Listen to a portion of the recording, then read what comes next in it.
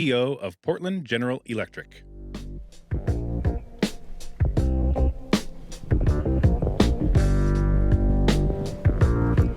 Good morning. Anise, thank you for making us think and inspiring us. I'm honored this morning to introduce Senator Ron Wyden, our senior senator serving Oregon since 1996, after which he had a successful career in the House. 20 years ago, Senator Wyden launched the Leadership Summit along with Duncan Wise. And the senator has never missed an event. Today, this event is critical to Oregon's business fabric and our landscape. Thank you, Senator, for your legacy.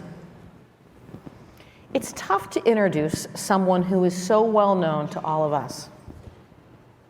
We know about the senator's rugged good looks. We know about his love of basketball.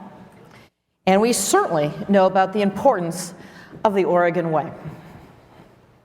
But this past year, the senator's leadership has truly been remarkable. As chairman of the very powerful Senate Finance Committee, and as a key member of the Senate Energy and Natural Resources Committee, 3 transformational pieces of legislation has been passed. First, the senator's work on the Infrastructure and Jobs Act, or the IIJA, will directly impact Oregon and every Oregonian, bringing critical investment and federal funds to infrastructure projects across our state. Second, the senator's leadership and sponsorship, as well as authorship on the Clean Energy Tax Package and other important aspects of the Inflation Reduction Act, or IRA, will have lasting implications for generations to come, and helping ensuring the resiliency of a clean, carbon-free electric grid. And third, and on top of all of that, the senator was a major force behind the CHIPS and Science Act, accelerating our nation's global semiconductor competitiveness. And if that's not enough, Senator Wyden then went on to initiate and co-chair our state semiconductor task force. And thanks to Zoom, the senator never missed a meeting. The senator has also challenged us, those of us in Oregon every day, on the need to come together, to mobilize for our region, and to grow our leadership in semiconductor manufacturing and advanced manufacturing.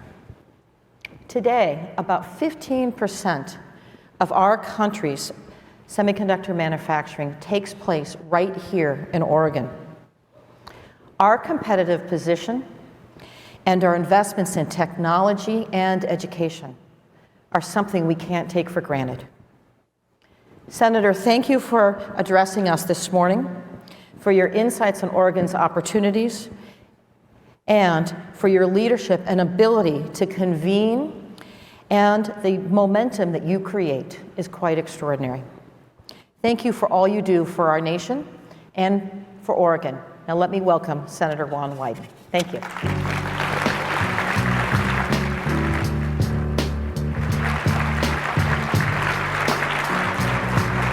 Thank you.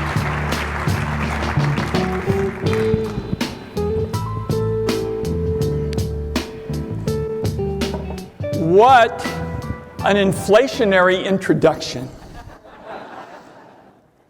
And what a difference a year has made. I am not going to even try to sing it, but let's get it started. And I particularly want to mention some of the areas that I think are going to be central to our state. First is, after 25 years of gridlock on climate change, no cap and trade, no carbon tax, no public-private partnerships, in the Senate Finance Committee, we designed, we wrote, and we passed the biggest climate investment project in American history.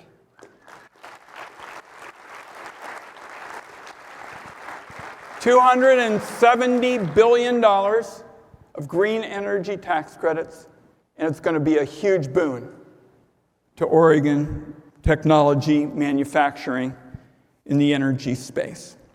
Second, because we know that healthy companies require healthy workers, we passed a very substantial package of tax credits for middle-class folks, because so many of the programs looked at the health challenges of one person, but not really the whole family.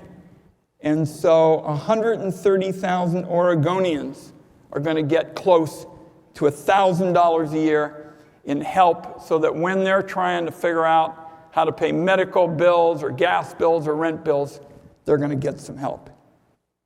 And third, on this leadership stage a year ago, I announced the creation of the Semiconductor Task Force to put together a fresh blueprint so that Oregon's strength in the Silicon Forest could grow.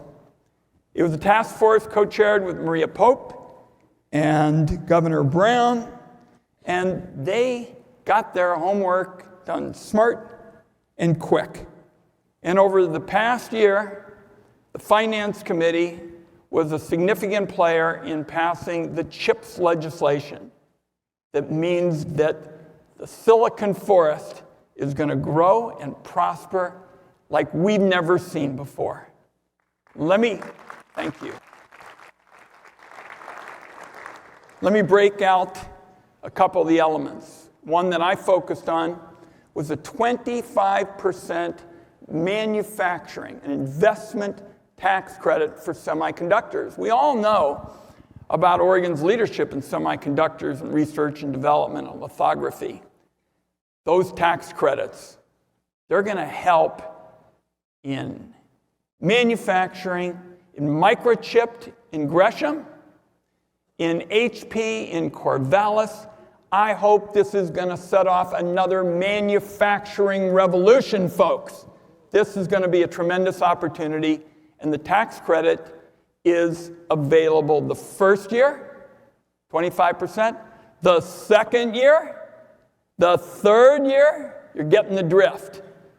This is going to be something that's going to be a big shot in the arm for us in the manufacturing space.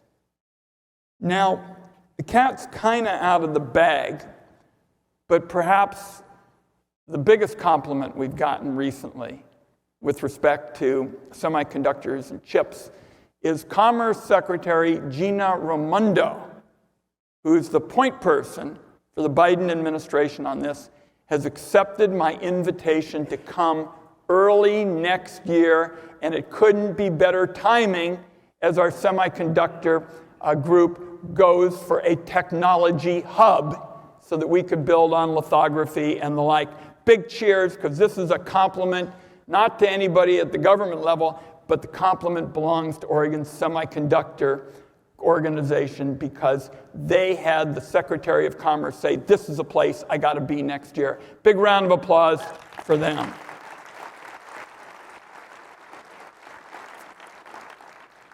A couple other points, and then we're going to have some unscripted business.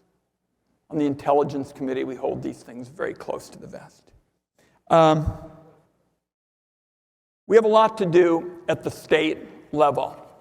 And if some of you saw it and had trouble sleeping over the weekend, I wrote this op-ed piece for the Oregonian going in to this.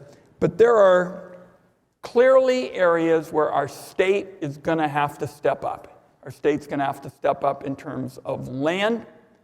Thank you. I really want us to create more opportunities for companies to basically run the court with respect to semiconductors. It really starts, for example, with design, and then you have wafer manufacturing, and you have assembly and packaging. You have all of it. We have companies who are capable of it.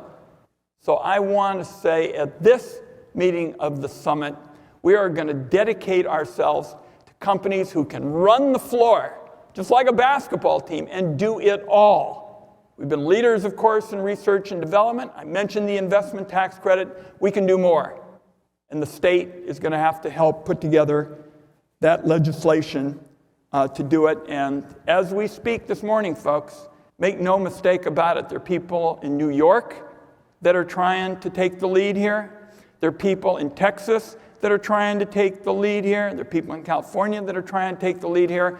The days are over where we take a back seat to any of them. We're going to outcompete all of them in the days ahead.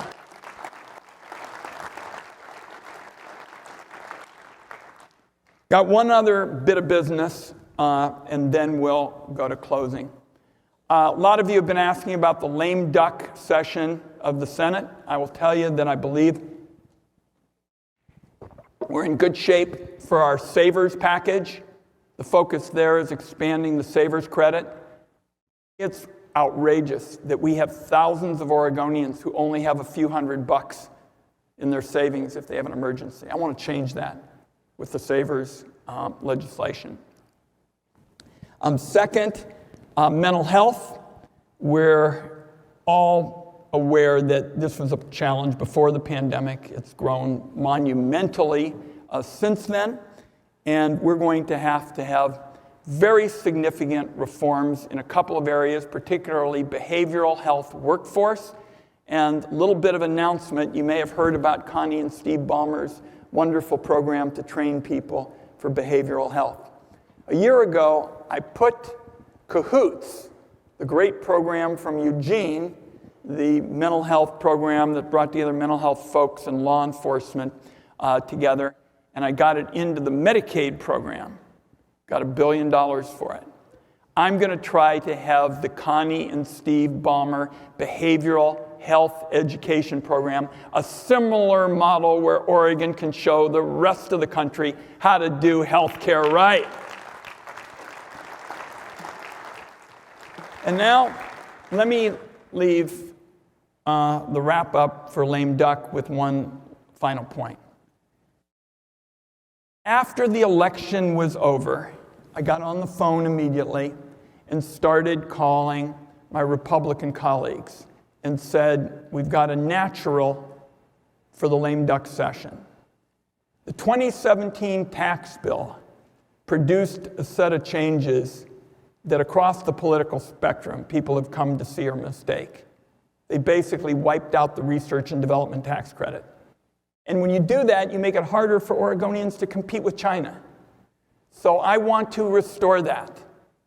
I want to couple it with a restoration of the child tax credit, because we know when companies need healthy workers, it sure helps when kids get off to a healthy start.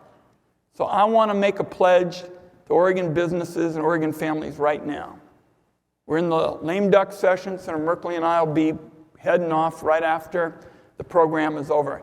I am going to push with every ounce of my strength to restore the child tax credit for Oregon's families, to restore the research and development tax credit so our businesses can innovate.